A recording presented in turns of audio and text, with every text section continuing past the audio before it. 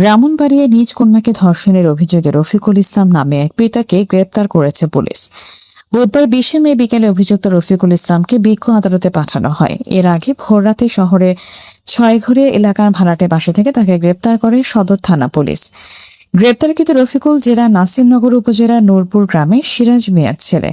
গতকাল মঙ্গলবার ধর্ষণের অভিযোগে মামলা দায়ের করেন ভুক্তভোগী মেয়ে।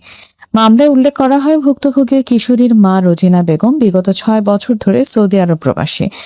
সেই সুবাদে তারা ব্রাহ্মণবাড়িয়া শহরের ছয়ঘরি এলাকায় একটি ভাড়াটে বাসায় বসবাস করেন। সম্প্রতি রোজিনা বেগম বাংলাদেশে এসে ছুটি কাটিয়ে গত 2 সপ্তাহ আগে ফের সৌদি আরবে চলে যান। এরপর থেকে ভুক্তভোগী কিশোরী তার 2 ছোট বোন ও পিতা সেই ভাড়াটে বাসায় বসবাস করে আসছিলেন। তবে ভুক্তভোগীর মা না থাকার সুযোগে অভিযুক্ত পিতা রফিকুল ইসলাম গত 16 মে তার বড় কন্যাকে জোরপূর্বক ধর্ষণ করে।